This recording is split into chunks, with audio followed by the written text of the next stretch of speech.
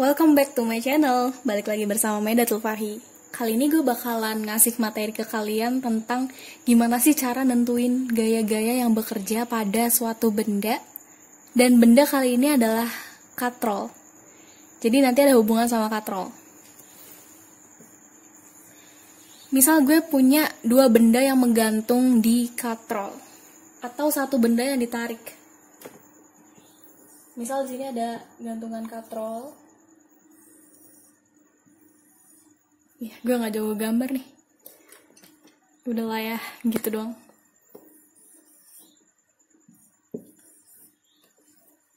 Ini masa pertama, ini masa kedua. Terus ini katrol. Nah, di sini ada dua kemungkinan. Yang pertama, katrol tidak dianggap.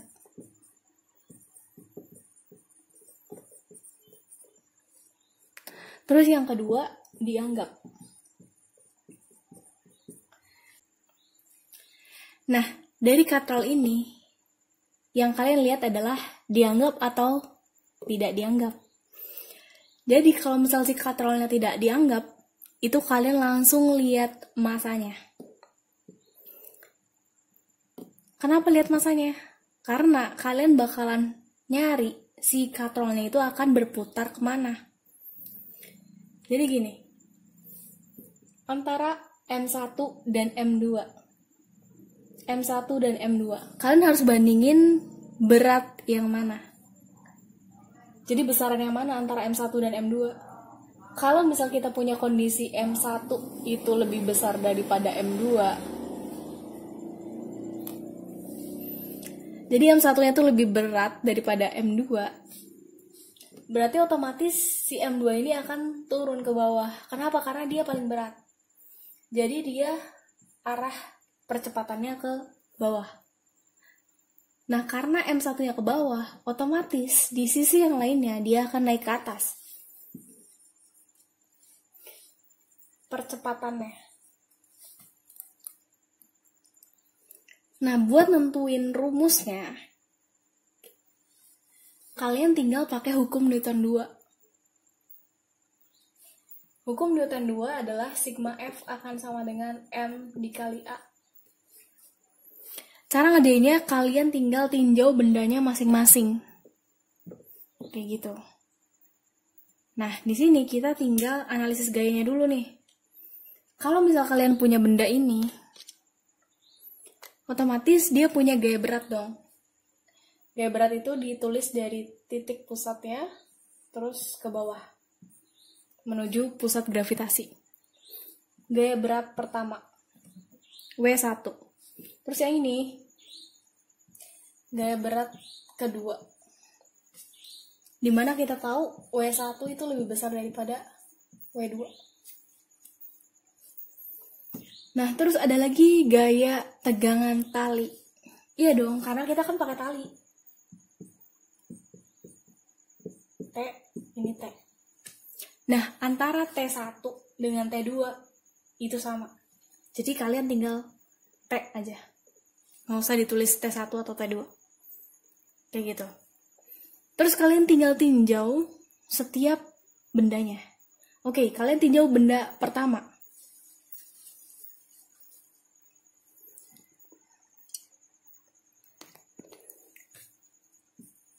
Tinjau benda pertama. Sigma F sama dengan MA. Sigma F ini adalah keseluruhan gaya total yang bekerja pada benda. Di sini gayanya apa aja? Oke, ada gaya berat dan gaya tegangan tali. Terus nentuin positif minusnya, kalian tinggal lihat percepatannya kemana. Jadi ini adalah menunjukkan positif negatifnya. Jadi kalian gak usah bingung nanti di sini yang positif atau negatif, tinggal lihat arahnya kemana. Oke, kalian lihat tanda panahnya W ke bawah. Percepatan ke bawah. Berarti W-nya positif. W1. Terus kalian lihat T-nya. Misal nih, kalian punya berat di sini, terus kalian tarik ke bawah, otomatis tegangan tali itu pasti berlawanan. Dia pasti tegangannya ke atas. Karena dia ke atas, berarti negatif T. Sama dengan M1 dikali A.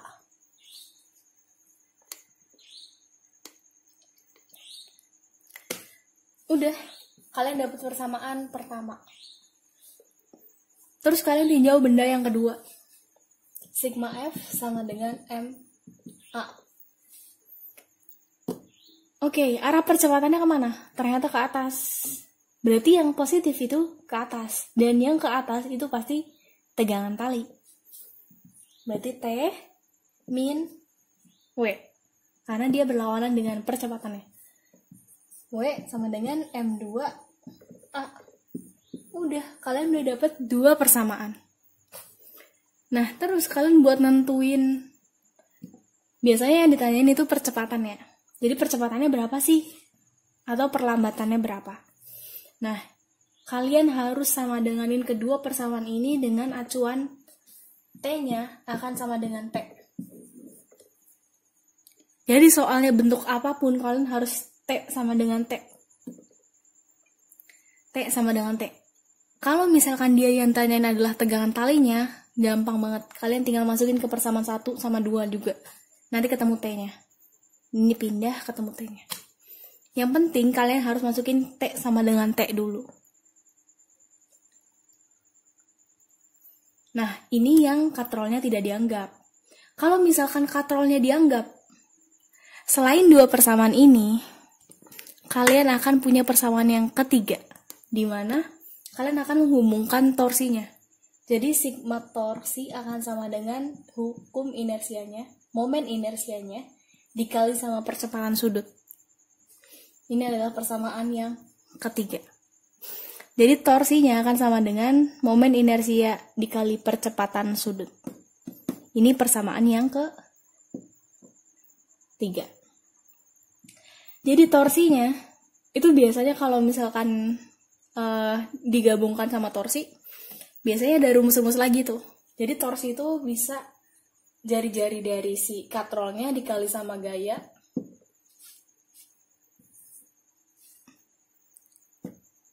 Jadi bisa dirubah torsinya. Jari-jari dikali sama gayanya.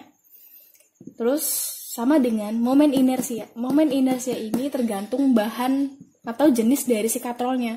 Jadi dia silinder tipis atau pejal. Pokoknya nanti rumusannya tergantung jenis dari si katrolnya. Itu akan mempengaruhi momen inersianya. Jadi bentuknya kayak apa si rodanya itu nanti mempengaruhi momen inersianya. Dan buat percepatan sudut nanti biasanya diketahuin atau pakai rumusan-rumusan yang lainnya. Nah, oke, ini kondisi yang pertama. Kalau misalkan bentuknya bukan kayak gini, gimana sih? Atau kita punya kondisi yang kayak gini. Jadi ada katrol yang nempel sama bidang datar, dan ada satu benda yang nempel di katrol doang, jadi dia menggantung. Nah, cara ngerjainnya gimana sih? Oke, yang pertama kalian harus tahu dulu bidang yang ditempelin ini licin atau kasar. Kalau misal dia licin, berarti nggak ada gaya gesek. Tapi kalau ada gaya gesek, itu pasti timbul F gesek. Nah, ini kalau misalkan gayanya arah percepatannya ke bawah ya. Misal kita punya kondisi M2-nya lebih besar daripada M1, berarti arah percepatannya ke sini, yang ini ke sana. Yang pertama kalian harus tentuin dulu percepatannya kemana. Setelah itu kalian tinjau arah gaya-gayanya. Oke, ada gaya berat W1, ini ada gaya berat W1, ini W2. Terus ini ada gaya normal.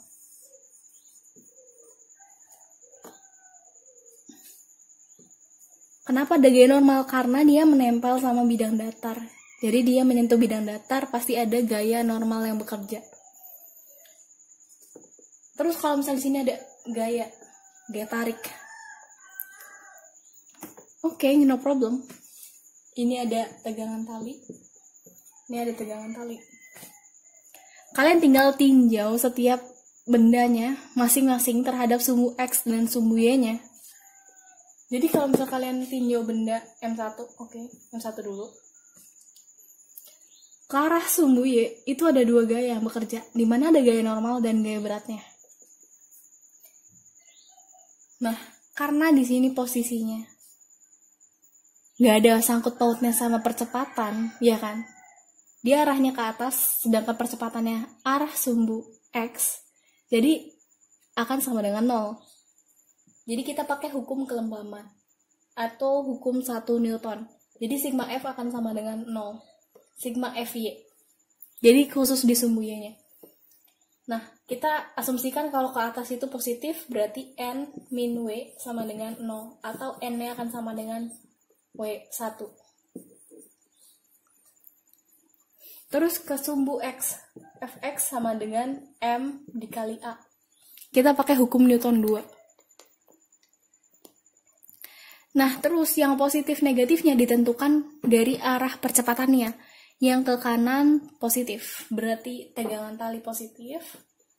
Terus dikurangi sama gaya tarik sama gaya gesek. Dikurangi gaya gesek. Sama dengan M1 kali A.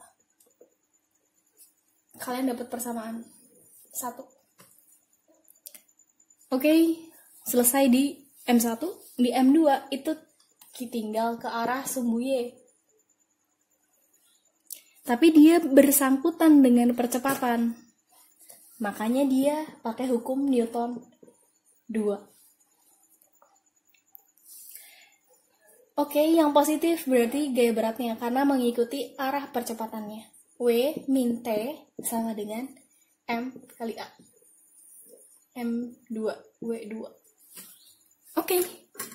Kalian udah punya 2 persamaan nih. Nah, sama halnya dengan katrolnya. Kalau misalkan katrolnya itu nggak dianggap, ya udah. Tinggal 2 persamaan ini. Kalian tinggal sama dengenin T sama dengan T. T sama dengan T. Kalau misalkan katrolnya ada, dianggap, ya sama dengan torsi akan sama dengan momen inersia kali percepatan sudut. Pokoknya 3 rumus itu yang harus kalian terapin ke soal-soal yang berhubungan dengan katrol. Gitulah. Jadi nanti bentuk soalnya tuh bakalan macam-macam banget. Yang penting kalian harus tahu konsepnya, gimana nerapin ke sumbu X, sumbu Y-nya, dan arah percepatannya gimana. Pokoknya kalian harus paham dulu tentang ini, baru kalian bisa jawab soal sedemikian rupa. Kayak gitu. Oke, semoga bermanfaat. Jangan lupa like, comment, and subscribe. See you!